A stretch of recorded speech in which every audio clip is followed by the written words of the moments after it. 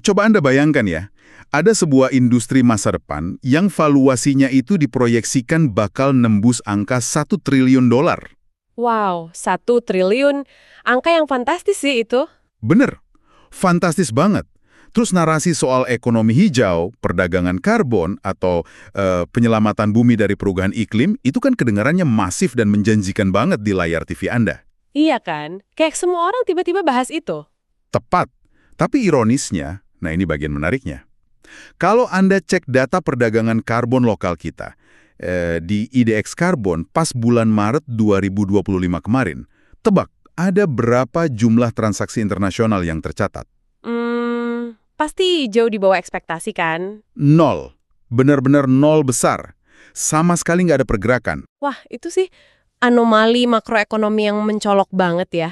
Maksud saya ada jurang pemisah yang kerasa lebar banget antara ekspektasi global yang bombastis tadi dengan realita yang kejadian di lapangan bursa kita. Iya kan? Kayak jauh panggang dari api gitu loh. Betul. Kita ini emang sering banget melihat headline berita itu larinya jauh lebih kenceng daripada kesiapan infrastruktur pasarnya sendiri. Nah, makanya hari ini kita bakal bongkar paradoks ekonomi hijau ini lewat satu emiten yang sering banget disebut-sebut sebagai penjaga gerbang utamanya transisi itu. Selamat datang di sesi eksplorasi mendalam kita. Iya, dan khusus untuk sesi kali ini, kita berdua bakal pakai topi mentor saham untuk Anda. Jadi santai aja, tapi tetap fokus. Bener banget. Di meja kita sekarang ini udah ada setumpuk dokumen yang lumayan menantang. Ada laporan keuangan kuartal 1 2026, terus analisis teknikal langsung dari TradingView, sampai ke laporan riset industri dari Ken Research. Sangat komprehensif ya. Dan target kita jelas hari ini. Kita mau bedah luar dalam saham PT Mutu Agung Lestari, TBK, atau yang mungkin lebih Anda kenal pakai kode ticker MUTU. Yap, Mutu. Kita bakal lihat bareng-bareng apakah saham ini emang beneran tiket emas menuju masa depan, atau jangan-jangan cuma jebakan tren sesaat aja. Kalau kita mulai dari laporannya Ken Research dulu ya, lanskap industrinya Mutu ini sendiri udah narik perhatian banget. Gimana tuh maksudnya? Jadi mereka ini kan operasi di sektor yang kita sebut TIC. Itu singkatan dari Testing, Inspection, and Certification. Pengujian, inspeksi, dan sertifikasi. Oh, oke. Jadi tukang ngecek standar gitu ya? Bener. Dan di Indonesia aja ukuran pasar industri TIC ini tuh nilainya sekitar 561 juta dolar AS. Masif banget kan? Wow, $500 miliar lebih. Iya, dan nilai yang gede ini kedorong banget sama program hilirisasi pemerintah dan regulasi ekspor yang makin ketat belakangan ini. Nah, buat Anda yang mungkin masih ngeraba-raba, perusahaan kayak Mutu ini tuh pada dasarnya ibarat petugas imigrasi di bandara perdagangan internasional. Analogi yang menarik, coba jelasin dikit. Gini, coba bayangkan Anda ini pengusaha yang punya komoditas senilai miliaran rupiah. Bisa bertonton kelapa sawit, kayu olahan, atau sekedar produk makanan kemasan. Oke, terus? Nah, produk Anda ini tuh nggak bakal bisa melintasi batas negara. Apalagi kalau mau masuk ke pasar premium di Eropa atau Amerika tanpa ada cap stempel dari perusahaan TIC ini. Betul. Nggak bakal lolos biaya cukai sana. Iya, tanpa sertifikat kelayakan yang bilang kalau produk Anda itu aman dan sesuai standar sana, barang Anda ya cuma bakal numpuk dan membusuk di pelabuhan. Pahit sih, tapi emang gitu realitanya. Dan yang bikin posisinya Mutu ini strategis banget di industri imigrasi komoditas tadi, itu adalah penempatan geografis mereka. Oh ya, emangnya di mana aja mereka? Jadi datanya nunjukin kalau 47% aktivitas pasar TIC di Indonesia itu numpuk di Pulau Jawa. Alasannya logis lah, kan pabrik dan manufaktur pusatnya di sana. Masuk akal, pusat industri kan emang di Jawa. Nah, tapi Mutu ini ambil rute yang beda. Mayoritas infrastruktur dan lab mereka tuh justru dibangun ekspansif banget keluar Jawa. Mereka langsung masuk ke jantung perkebunan, area kehutanan, dan pertambangan. Pinter juga. Jadi mereka motong jalur kompetisi dengan cara langsung deketin sumber bahan bakunya ya? Tepat banget, mereka istilahnya jemput bola ke hulu. Dan ini yang bawa kita ke narasi gede yang sempat bikin nama mereka melambung kemarin. Posisi mereka sebagai penjaga gerbang berwawasan lingkungan tadi. Ah, iya, ini soal lisensi karbon itu kan? Benar. Jadi buat Anda yang belum tahu, Mutu ini adalah lembaga swasta pertama di Indonesia yang berhasil dapat akreditasi sebagai Lembaga Validasi dan Verifikasi Gas Rumah Kaca, atau biasanya disingkat LVV-GRK. Status LVV-GRK ini tuh mekanismenya esensial banget buat dipahamin, apalagi di dunia perdagangan karbon. Gimana tuh cara kerjanya di lapangan? Jadi gini, sebuah perusahaan tuh nggak bisa seenaknya aja ngeklaim, hey kami baru nanam 1.000 pohon nih, tolong kasih kami kredit karbon buat dijual. Nggak bisa gitu. Harus ada buktinya dong ya? Iya, makanya auditor dari lembaga kayak MUTU ini harus turun langsung ke lapangan. Mereka pakai teknologi spasial, terus ngitung biomasa.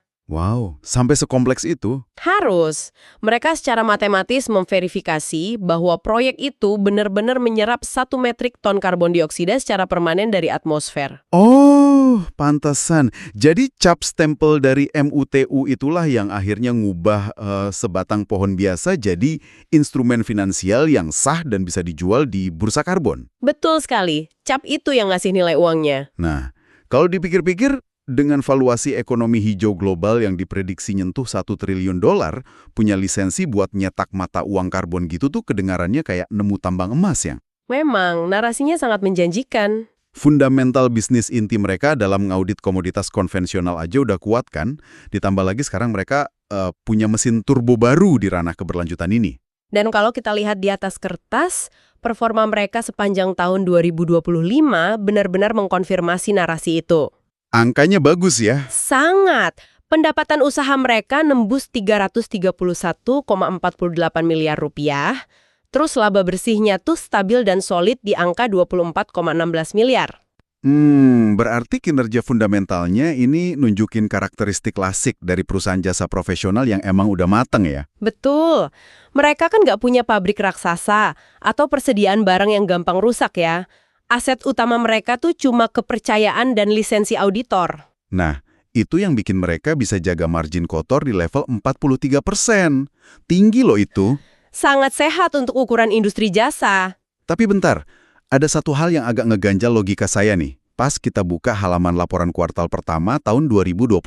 Oh, soal penurunan itu ya? Ya, kalau tren sertifikasi hijau ini emang beneran tambang emas yang udah jalan, kenapa margin laba bersih mereka malah berdarah-darah di awal tahun ini? Emang turunnya seberapa jauh di catatan Anda? Lumayan tajam loh. Laba bersih mereka nyusut 15,5%. Jadinya cuma sisa 4,9 miliar rupiah. Tapi pendapatannya gimana? Nah, itu dia. Pendapatannya cuma terkoreksi tipis banget, di bawah 5%. Ini kan kontradiktif banget sama narasi pertumbuhan yang kita omongin dari tadi. Kemana larinya duit itu? Oke, ini poin kritis. Dan biasanya di sini banyak investor retail yang kejebak panik duluan karena cuma baca judul berita tanpa ngebedah struktur biayanya. Jadi bukan karena bisnis intinya rusak dong? Sama sekali bukan. Penurunan laba ini bukan indikasi kalau mereka kehilangan klien. Uang itu tuh ngalirnya ke dua muara utama. Apa aja tuh? Pertama, beban bunga pinjaman bank mereka melonjak sampai 1,6 miliar rupiah. Oke, bunga pinjaman naik. Terus yang kedua? Yang kedua ini paling krusial buat masa depan mereka. Mereka tuh lagi ngelakuin pembakaran modal yang lumayan masif buat ngebangun infrastruktur sertifikasi baru.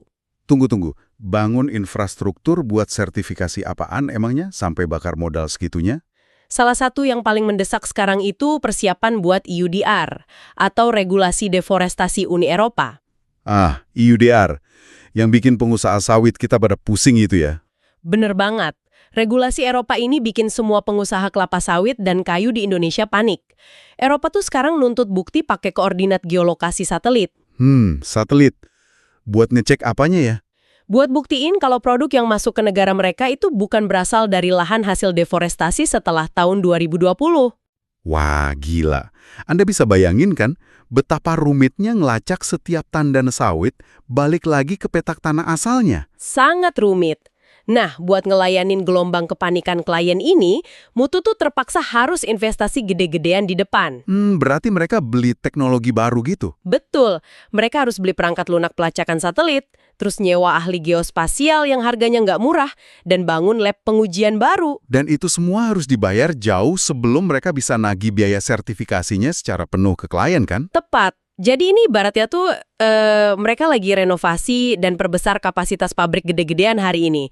Mesin baru dibeli, teknisi dilatih. Ya pantas aja kalau kas mereka tertekan. Mereka nanggung beban biaya operasional pra-ekspansi sebelum ombak permintaannya datang. Makanya wajar kalau mereka bakar kas dengan cepat sekarang. Nah, penjelasan ini tuh ngebikin logis banget kenapa manajemen tiba-tiba ngumumin rencana buat cari suntikan dana segar dari luar. Iya, secara strategis emang timingnya sangat masuk akal buat nyari pendanaan. Mereka kan rencananya mau bikin aksi korporasi gede nih. Private placement, atau bahasa resminya penambahan modal tanpa hak memesan efek terlebih dahulu. PMTHMED. Rencananya berapa lembar saham tuh yang mau diterbitin?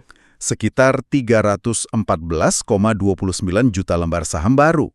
Dari kacamata struktur kepemilikan, ini bakal bikin efek dilusi maksimal sekitar 10% buat pemegang saham yang udah ada. 10% ya?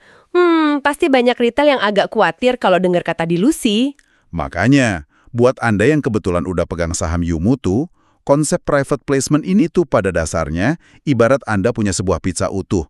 Terus, Anda harus rela motong pizza itu jadi lebih banyak bagian buat dibagiin. Porsinya mengecil dong secara persentase. Secara matematis, iya. Persentase kepemilikan Anda mengecil. Tapi pertanyaannya tuh bukan seberapa kecil potongan Anda sekarang. Terus apa yang penting? Yang penting tuh siapa tamu baru yang ikut makan pizza tersebut.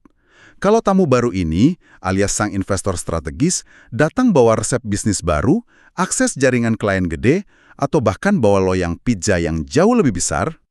Nilai kuenya ikut naik berarti? Bener, nilai absolut dari potongan kecil yang Anda pegang, itu malah bakal melonjak tajam. Jadi ujung-ujungnya Anda tetap untung secara nominal. Analisis yang cakep banget tentang cara kerja penciptaan nilai di ekuitas. Dan kalau kita cek dokumen peruntukan dananya, manajemen Mutu ini kelihatan disiplin banget loh. Alokasinya gimana tuh? 50% dari dana segar ini bakal murni dialokasiin buat ekspansi fisik lab ke titik-titik krusial, kayak di Jawa Timur, Aceh, Sumatera Selatan, dan Jambi. Berarti lanjutin strategi jemput bola tadi ya? Terus sisanya? 33% difokusin buat penguatan operasional skema baru. Nggak cuma UDR, tapi juga sertifikasi halal, RSPO buat sawit, sama audit TKDN. TKDN yang tingkat komponen dalam negeri itu kan emang lagi diperketat juga sama pemerintah. Betul, dan sisa 17%-nya itu murni diamankan sebagai cadangan modal kerja. Buat jaga-jaga likuiditas biar tragedi kaseret di kuartal pertama nggak kejadian lagi kan? Persis banget. Nah, sekarang mari kita geser obrolan kita masuk ke wilayah psikologi pasar. Atau yang sering banget Anda dengar dengan istilah bandarmologi. Ini pasti seru nih kalau bahas bandarmologi. Iya, soalnya kan kapitalisasi pasarnya Mutu ini sekarang cuma di kisaran 333 sampai 342 miliar rupiah aja. Murni small cap atau saham lapis 3. Skala kecil kayak gini tuh emang selalu nyiptain dinamika pergerakan harga yang unik sih. Gimana tuh pandangannya dari sisi institusi? Gini, reksadana raksasa atau dana pensiun asing itu biasanya punya aturan internal yang larang manajer investasinya masuk ke saham dengan market cap di bawah 500 miliar. Karena masalah likuiditas kan? Mereka takut nyangkut. Iya, mereka takut masuknya gampang tapi pas mau jualan nggak bisa keluar tanpa ngerusak harga pasar sampai hancur lebur. Konsekuensinya berarti pergerakan harian saham ini hampir sepenuhnya disetir sama sentimen investor retail sama spekulan aja dong. Betul.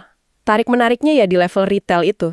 Dan saat ini bahan bakar utamanya dari spekulasi retail itu adalah rasa penasaran soal identitas sang investor strategis tadi. Si tamu misterius pembawa pizza, ya? Iya, siapa sih entitas bermodal gede yang diam-diam bersedia nyerap 10% saham baru itu? Mungkinkah itu perusahaan sertifikasi global yang mau nyaplok pangsa pasar Asia Tenggara? Atau bisa juga kan konglomerasi sawit lokal yang sengaja mau ngamanin jalur sertifikasinya sendiri. Misteri inilah yang bikin harga Mutu ini menarik banget buat dipantau di layar. Tapi harus hati-hati loh, spekulasi liar kayak gini emang seringkali jauh lebih kuat ngangkat harga jangka pendek dibandingin angka fundamental di laporannya sendiri. Benar. Makanya sebagai investor yang rasional, kita harus tetap membumikan semua narasi itu pakai angka valuasi yang ada di layar monitor Anda. Mari kita buka data trading view-nya sekarang. Apa yang Anda lihat di sana? Pas kita rekam sesi ini, harga MUTU tuh gerak di kisaran 106 sampai 109 rupiah. Cenderung moderat sih. Rentang setahun ke belakangnya gimana? Nah, rentang 52 minggunya ada di titik terendah Rp85 dan puncaknya sempat nyentuh Rp167. Volatilitasnya? Ada satu metrik yang lumayan nyita perhatian saya. Beta mereka ini cuma di angka 0,84. Oh, beta di bawah 1. Itu ngindikasiin kalau volatilitas saham ini lebih rendah dibandingin pergerakan rata-rata IHSG secara keseluruhan. Maksud gampangnya buat Anda tuh gini, dengan beta 0,84, pas IHSG lagi panik massal dan portofolio teman Anda berdarah-darah, saham MUTU ini cenderung lebih anteng. Iya, nggak bakal ikut terjun bebas sedalam pasar pada umumnya. Benar. Jadi bagi Anda, ini mungkin bukan tipe saham agresif yang bisa bikin Anda kaya mendadak dalam semalam, tapi lebih kayak bantal empuk buat jaga portofolio Anda tetap stabil di tengah badai pasar. Stabilitas harganya ini juga sejalan sama metrik valuasinya yang relatif atraktif kok. PER-nya di angka berapa sekarang? Saat ini, saham mereka diperdagangkan di price to earnings ratio sekitar 14 kali. Kalau kita bandingin sama rata-rata PER Bursa Indonesia yang sekarang di level 17,6 kali, mutu ini hitungannya lagi di diskon dong. Secara teknis iya, lagi murah. Rasio price to book value atau PBV mereka juga di 1,44 kali. Buat perusahaan jasa yang nggak butuh alat berat kayak pabrik baja, angka segitu sangat masuk akal. Dan jangan lupa, manajemennya cukup rajin loh ngasih imbal hasil dividen di kisaran 2,17% sampai 2,8%. Nah, valuasi terdiskon, harga stabil, plus ngasih dividen. Di atas kertas kedengarannya sempurna banget kan? Sangat menggoda. Bahkan ya, indikator teknikal 1 bulanan di TradingView tuh jelas banget nunjukin sinyal beli. Terus beberapa analis sekuritas juga berani pasang target harga di level Rp133. 133, lumayan tinggi itu. Nah, ini dia. Saya harus menekan Anda dengan sedikit realita teknikal di bursa. Dari harga 109, lompat ke 133 itu jaraknya jauh loh. Sangat setuju. Secara presentasi itu gede banget. Pertanyaan saya, secara mekanika bursa nih, apa iya volume perdagangan saham skala kecil ini beneran cukup kuat buat dorong harga setinggi itu dalam waktu dekat? Nah itu tantangannya. Jangan-jangan kita cuma berisiko kejebak beli saham murah yang harganya nggak bakal pernah naik. Pertanyaan Anda ini pas banget nyentuh resiko terbesar dari metode value investing. Saham yang murah itu bisa tetap murah selamanya, alias jadi value trap, kalau nggak ada katalis kuatnya. Katalis buat narik volume pembelian institusi gitu kan? Iya, volatilitas harian mutu saat ini tuh kan cuma sekitar 2,86%. Tanpa dorongan tenaga ekstra, harganya cuma bakal jalan di tempat. Jadi biar target 133 itu kejadian, pasar butuh konfirmasi apa? Pasar butuh bukti faktual. Katalis utamanya ya pengumuman resmi siapa nama investor strategis di balik private placement itu. Atau kalau nggak pengumuman itu? Atau nunggu pembuktian di kuartal ketiga nanti, apakah lab baru mereka udah mulai nyetak arus kas positif dari regulasi EUDR tadi? Masuk akal. Sebelum salah satu dari dua itu kejadian, volumenya pasti bakal stagnan aja. Berarti kita dituntut buat ekstra sabar nunggu momentum ya? Pasti. Sabar adalah kunci di saham small cap. Oke, kita udah lihat fundamental kuat mereka sebagai petugas imigrasi komoditas. Kita juga udah bedah anomali labanya, sama metain risiko teknikalnya. Sekarang, saatnya kita masuk ke segmen terakhir dan paling krusial. Nabrakin optimisme mikro sama realita makroekonomi ya. Tepat. Kita harus nabrakin narasi perusahaan sama realita keras di luaran sana. Sangat penting buat kita keluar dari gelembung angka perusahaannya. Faktor eksternal tuh bisa dengan gampang ngebalikin keadaan cuma dalam hitungan bulan loh. Mari kita balik bahas paradoks yang saya sebutin di menit pertama tadi. Narasi bursa karbon itu emang kedengaran seksi banget. Tapi datanya bilang beda kan? Nggak bisa bohong datanya. Sistem IDX karbon kita itu kan akhirnya dibuka buat internasional di awal 2025. Ekspektasinya bakal ada banjir transaksi dari Eropa yang mau ngimbangin emisi mereka. Terus pas bulan Maret kemarin? 0. Terhenti total transaksinya. Nggak ada yang beli. Nah, fakta pahit ini tuh jadi bukti kalau mekanisme pasar karbon global emang masih terfragmentasi banget. Maksudnya regulasinya belum nyambung antar negara gitu. Betul. Regulasi antar negara tuh belum sinkron. Standar harga karbonnya masih terus diperdebatkan di luar sana. Makanya perusahaan multinasional milih nahan diri dulu ya. Wait and see. Ya, mereka nggak mau buang jutaan dolar buat kredit karbon yang standarnya belum pasti. Dan buat Mutu, kelambatan adopsi ini berarti target pendapatan mereka dari divisi LVV GRK bakal jauh lebih lambat kecapaiannya. Melenceng dari proyeksi awal di prospektus dong. Apalagi kalau kita sorot pijakan pendapatan utama mereka saat ini. Bisnis inspeksi tradisional mereka? Iya. Walaupun mereka lagi genjot ekspansi ke ekonomi hijau, kas utama mereka tuh hari ini masih digendong sama satu komoditas yang harganya fluktuatif banget. CPO atau kelapa sawit. Waduh, kalau bicara sawit sih, ini salah satu sektor yang paling rentan kena goncangan suhu politik dan ekonomi global. Bener. Dari tinjauan jurnal makro yang kita baca, ada pola kausalitas yang jelas banget. Harga patokan CPO dunia itu kan ditentuinya di pasar CF Rotterdam. Iya, dan harganya bisa berfluktuasi ekstrim banget. Nah, pas harga di Rotterdam lagi nyungsep tajam, biasanya pemerintah kita langsung buru-buru respons ngerubah tarif bea keluar, atau malah bikin sistem kuota ekspor demi ngamanin pasokan dalam negeri. Dan reaksi berantainya itu cepet banget menjalar ke neraca perusahaan jasa kayak Mutu ini. Gimana tuh detail rentetannya? Gini, begitu pemerintah ngetatin ekspor, volume pengiriman CPO di pelabuhan kan otomatis langsung nyusut ya. Pasti. Kapal yang berangkat jadi lebih dikit. Nah, perusahaan sawit raksasa tuh bakal langsung ngerem pengeluaran operasional mereka demi efisiensi.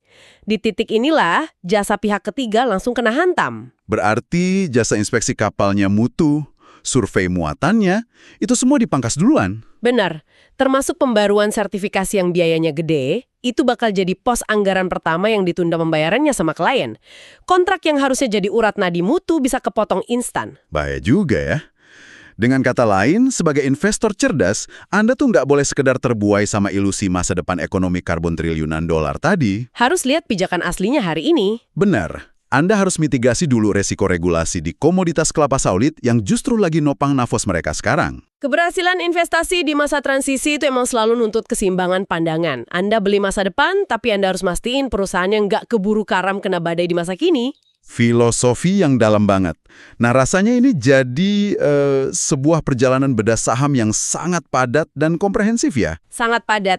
Kita udah cover fundamental, teknikal, makro, sampai bandarmologi. Kita udah nyelamin mekanisme industri inspeksi yang nilainya fantastis, ngebongkar alasan logis di balik tertekannya laba, sampai ngukur risiko sentimen retail dan mati surinya bursa karbon. Waktunya bikin kesimpulan nih buat pendengar kita. Yap. Saatnya kita rangkum intisari arahan investasi buat Anda yang kebetulan lagi masukin saham ini ke dalam radar. Silakan pandangannya. Kalau kita sarikan semua data hari ini, posisinya cukup berimbang. Secara fundamental bisnis, PT Mutu Agung Lestari Tbk ini punya parit kompetisi yang nggak gampang diduplikasi. Mereka pionir layanan ESG di Indonesia. Valuasinya juga mendukung kan? Iya, secara matematis harganya emang lagi didiskon sama pasar dan didukung sama sinyal beli dari sisi teknikal buat jangka menengah.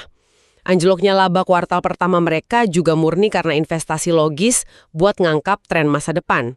Tapi ada tapinya ya, pijakan risikonya nggak boleh dilupain.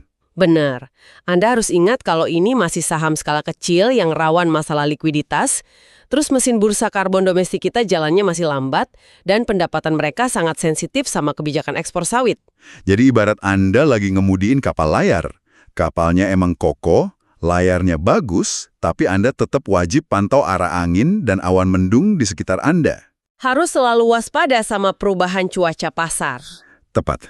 Dan analogi itu ngebawa kita ke penghujung sesi eksplorasi mendalam hari ini. Sebelum Anda beranjak dan nutup jurnal investasi Anda malam ini, ada satu pemikiran provokatif yang mau kami tinggalin buat Anda renungkan sendiri. Apa tuh? Ingat lagi paradoks di awal tadi.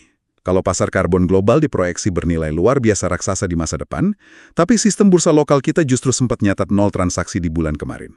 Pertanyaannya, apakah kita ini lagi ngelihat sebuah investasi yang datang terlalu prematur? Yang, bisa bikin uang Anda terjebak bertahun-tahun tanpa hasil nyata? Atau sebaliknya? Nah, atau sebaliknya. Jangan-jangan justru di titik pesimisme dan stagnansi kayak ginilah, peluang emas paling langka itu tercipta. Peluang buat ngoleksi aset mesin pencetak uang masa depan di harga diskon yang paling bawah. Hanya mungkin malah tersembunyi di balik identitas sang investor strategis si pembawa loyang pizza baru di aksi private placement nanti. Jadi tugas Anda cuma satu, pantau terus siapa tamu misterius tersebut, karena kehadirannya bisa jadi adalah cap stempel imigrasi terakhir yang nentuin arah cuan portofolio Anda selanjutnya. Sampai jumpa di Bedah Emiten berikutnya.